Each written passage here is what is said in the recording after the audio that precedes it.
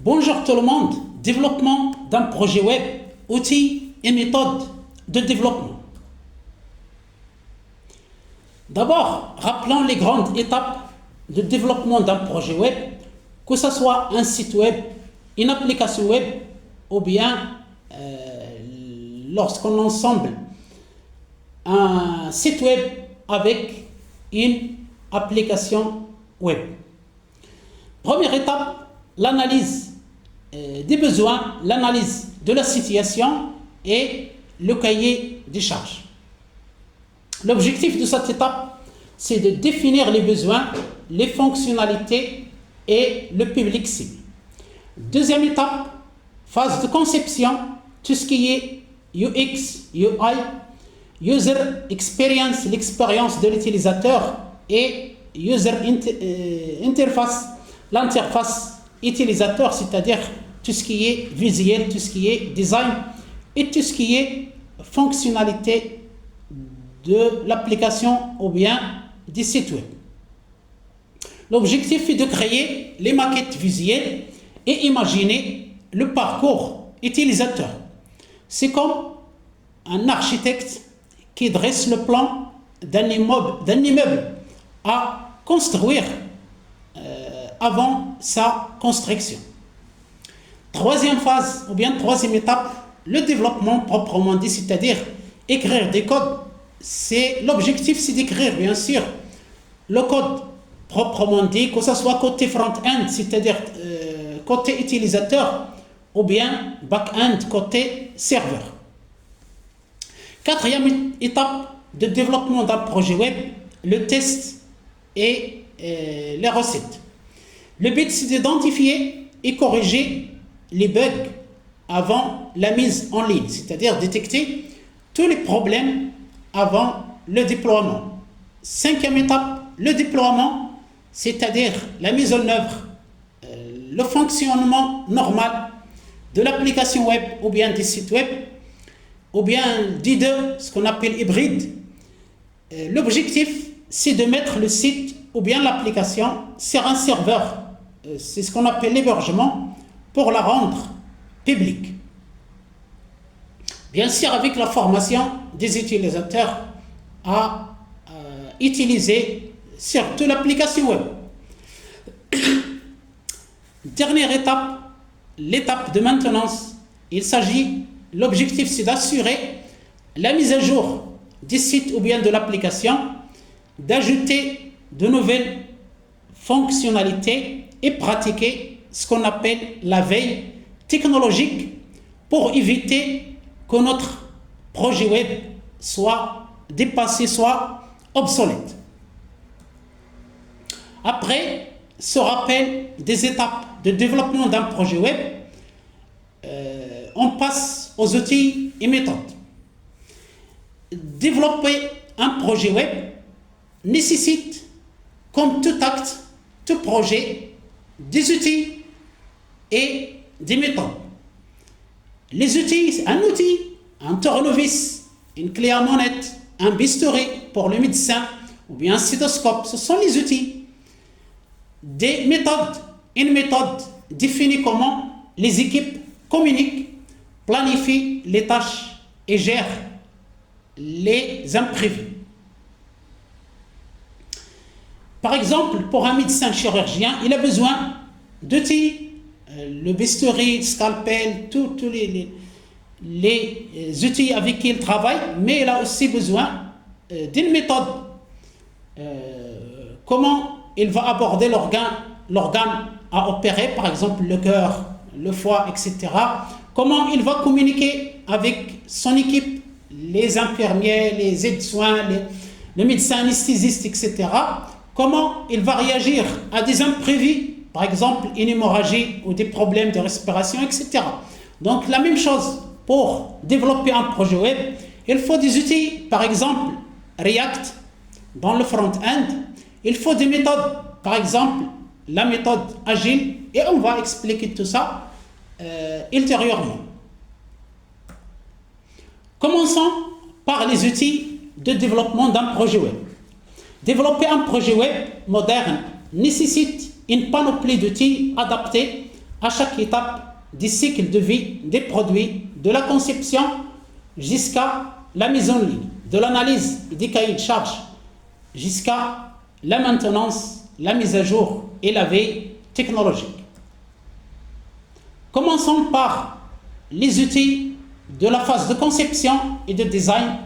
Avant d'écrire la moindre ligne de code, avant de coder, il est très important de maqueter l'interface, c'est-à-dire faire une maquette, faire un plan, faire des designs comme un architecte qui dessine une œuvre, un immeuble ou bien une villa, etc. Donc il faut d'abord faire un plan, tout ce qui est conception et design. Nous avons l'outil Figma qui est l'outil de référence pour le design collaboratif et le prototypage. Nous avons l'outil Adobe XD, une alternative robuste pour créer des expériences utilisateurs. Nous avons l'outil Canva qui est utile pour des visuels rapides et simples. Bien sûr, il y a d'autres outils. Ici, ce sont simplement des exemples pour illustrer cet exposé. Ce n'est pas de la publicité à des outils précis. Passons à l'étape de développement. On va d'abord choisir un outil de codage, c'est-à-dire pour écrire, pour éditer notre code. C'est comme un logiciel de traitement de texte où on va écrire des textes et on va employer un logiciel de traitement de texte. Même chose ici pour le codage, le développement. Il faut choisir un environnement de développement intégré. En anglais, Integrated Development Environment IDE. C'est l'endroit où on rédige notre code. Un bon éditeur augmente considérablement la productivité parce qu'il nous aide à coder, que ce soit d'une façon visuelle ou bien lorsqu'il propose des instructions, lorsqu'il corrige des erreurs, lorsqu'il débug, il corrige des bugs, etc., etc. Nous avons l'outil le plus utilisé, le plus populaire, c'est l'outil de la société Microsoft. Il n'est pas payant, il est open source, il est gratuit. C'est le fameux Visual Studio Code, VS Code. C'est le plus populaire grâce à ses innombrables extensions. Il y a l'outil WebStorm qui est un IDE payant, très puissant, optimisé pour JavaScript.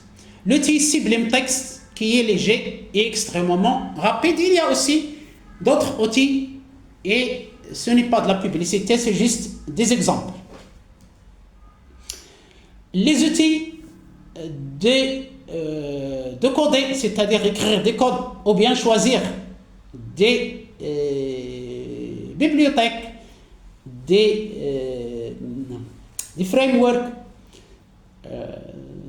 des interfaces dynamiques, deux types d'outils. Les outils front-end, c'est-à-dire ce que l'utilisateur voit pour coder une page web, les trois fameux langages de base, HTML5, CSS, HTML pour la structure de la page web, CSS pour la mise en forme, le design, et JavaScript pour l'interactivité, c'est-à-dire rendre la page web dynamique. Bien sûr, au lieu de coder instruction par instruction, on peut utiliser un framework ou une bibliothèque, la plus populaire React. Il y a aussi Vue.js, JavaScript ou Angular. Ils permettent de créer des interfaces dynamiques et réutilisables. Côté serveur, les outils back-end, il y a bien sûr le fameux Node.js pour utiliser JavaScript côté serveur et non pas seulement côté client. Il y a le langage de programmation Python, Django Flask, qui est très utilisé pour les données, la data et aussi pour la sécurité.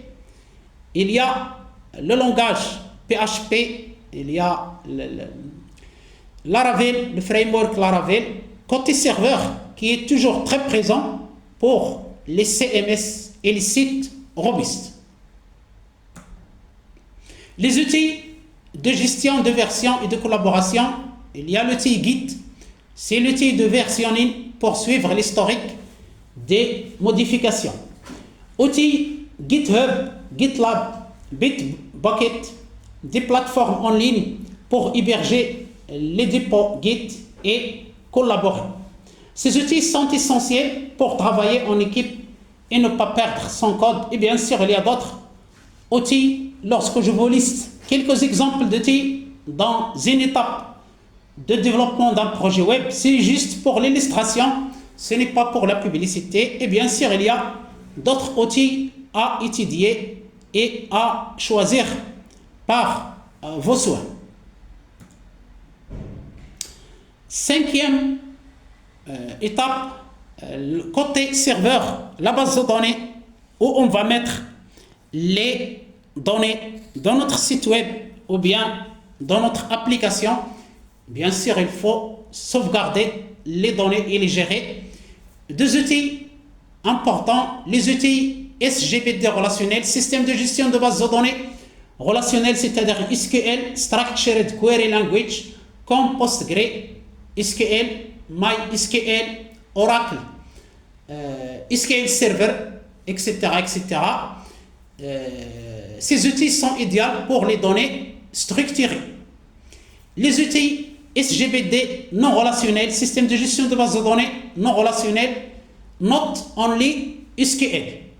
L'exemple MongoDB, mais il y a aussi d'autres SGBD not only SQL. C'est plus flexible pour des données variées, volumineuses, big data, etc. Ces outils sont essentiels pour stocker les informations, que ce soit celles des utilisateurs, celles des produits, des articles, etc., etc. Les outils de test et de déploiement DevOps, une fois le projet fini, il faut tester et le rendre public.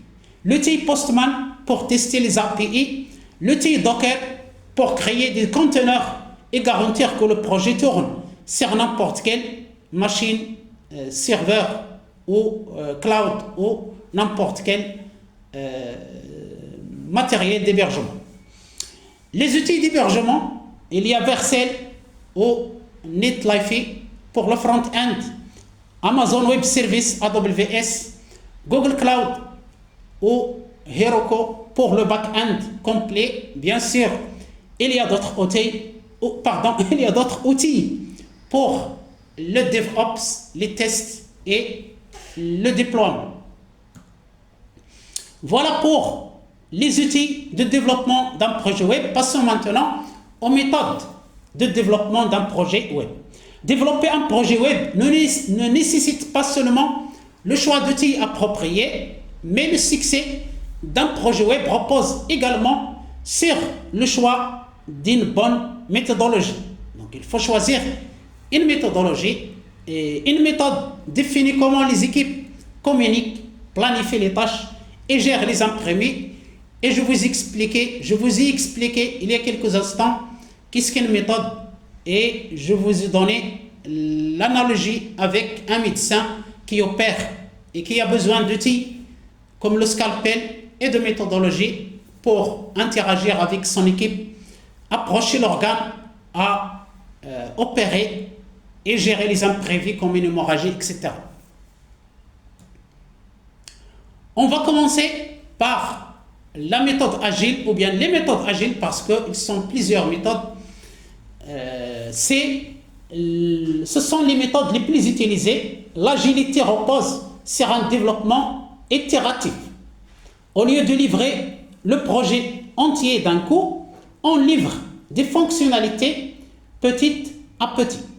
Aujourd'hui, nous sommes en 2026. La plupart des projets utilisent la méthode agile. Au lieu d'attendre 6 mois pour voir le résultat final, l'équipe livre des morceaux fonctionnels de l'application toutes les 2 ou 3 semaines, qu'on appelle sprints, et cela permet de s'adapter rapidement au retour des utilisateurs, c'est-à-dire qu'est-ce qu'ils pensent qu'ils sont leurs problèmes et on va adapter l'application ou bien le site à ces retours des utilisateurs. Donc pour ces méthodes agiles, deux méthodes très populaires. La méthode Scrum, le projet est découpé en cycles courts appelés sprints, se vont 2 à 4 semaines. Chaque sprint débouche sur une version fonctionnelle des produits à livrer à l'utilisateur, au client. Rôle clé, Scrum Master, Product Owner, équipe de développement. L'outil ou bien la méthode, sont maintenant dans la phase méthode et non pas outil. La méthode Kanban qui est basée sur la visualisation des tâches. On utilise un tableau type Trello ou Jira avec des colonnes à faire en cours, en test terminé. L'objectif est de fluidifier le travail sans forcément utiliser des cycles fixes. Et vous voyez sur votre écran le graphique montrant la méthode agile Scrum. Deuxième méthode, la méthode cascade, waterfall en anglais, c'est la méthode traditionnelle, plus linéaire et rigide. Chaque phase doit être terminée avant de passer à la suivante. Première phase, analyse des besoins, cahier de charge. Deuxième phase, conception, design et architecture. Troisième phase, développement, codage. Quatrième phase, test, recette. Et cinquième phase, déploiement. Et maintenant, si vous voyez dans l'illustration, la méthode waterfall, le modèle de la méthode cascade en anglais waterfall.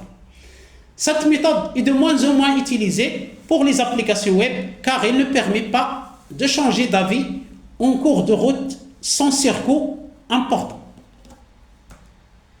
Troisième méthode, le cycle en V, c'est une variante de la méthode cascade waterfall qui insiste lourdement sur la vérification et la validation. À chaque étape de conception correspond une étape de test symétrique. Cela permet de s'assurer que ce qui a été codé correspond exactement à ce qui a été demandé initialement. Quatrième méthode, l'approche Lean Startup, très populaire pour les nouvelles applications web et les startups. L'idée est de créer un MVP, Minimum Viable Product, c'est-à-dire une version simplifiée du site avec seulement les fonctions essentielles du site ou bien de l'application. C'est-à-dire on fait le minimum et il y a le cycle construire, mesurer, apprendre.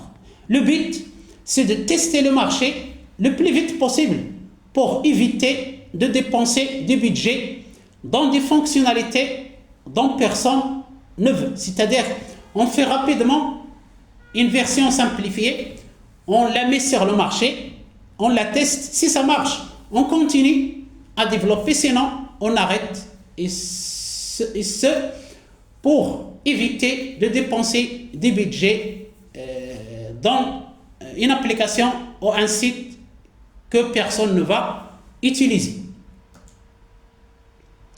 Voilà donc pour les méthodes. Maintenant, à la fin, on va poser deux questions. Pourquoi un projet web et non, par exemple, une application web? Pourquoi une application web et non pas un logiciel, c'est-à-dire une application locale à installer? Deuxième question, quelle méthode de développement web choisir? Première question, pourquoi développer un projet web? Trois avantages. Premier avantage, l'accessibilité. Aucune installation n'est requise sur l'ordinateur de l'utilisateur. Il suffit d'avoir un navigateur web, par exemple Google Chrome ou Safari, ou Firefox, Mozilla Firefox, ou Opera, etc. Aucune installation de logiciel, aucune préparation, aucun paramétrage. Deuxième avantage, mise à jour facile. Lorsqu'on modifie le code sur le serveur, tous les utilisateurs voient la nouvelle version instantanément. On n'est pas obligé de faire un tour chez les utilisateurs pour leur installer la nouvelle version. Troisième avantage, la centralisation. Les données sont stockées au même endroit côté serveur, ce qui facilite la collaboration. Deuxième question, quelle méthode de développement choisir? Le choix d'une méthode de développement dépend de votre structure et des types de votre client. Si vous avez un client qui sait exactement ce qu'il veut, choisir la méthode de cascade ou bien de cycle en V. Si le projet risque d'évoluer avec les retours utilisateurs, il vaut mieux choisir la méthode agile Scrum. Voilà pour les outils et les méthodes de développement d'un projet web. Il ne me reste qu'à vous remercier infiniment pour votre attention. Si vous êtes arrivé jusqu'ici, volontiers, n'oubliez pas d'activer le bouton j'aime, laissez un j'aime, un like pour soutenir la chaîne. Si vous avez une question, vous pouvez la poser dans les commentaires. Partagez ce contenu avec vos amis et vos proches et les personnes intéressées par ce contenu. Abonnez-vous à la chaîne pour l'encourager. Merci encore infiniment. Je vous souhaite une très bonne journée et à bientôt.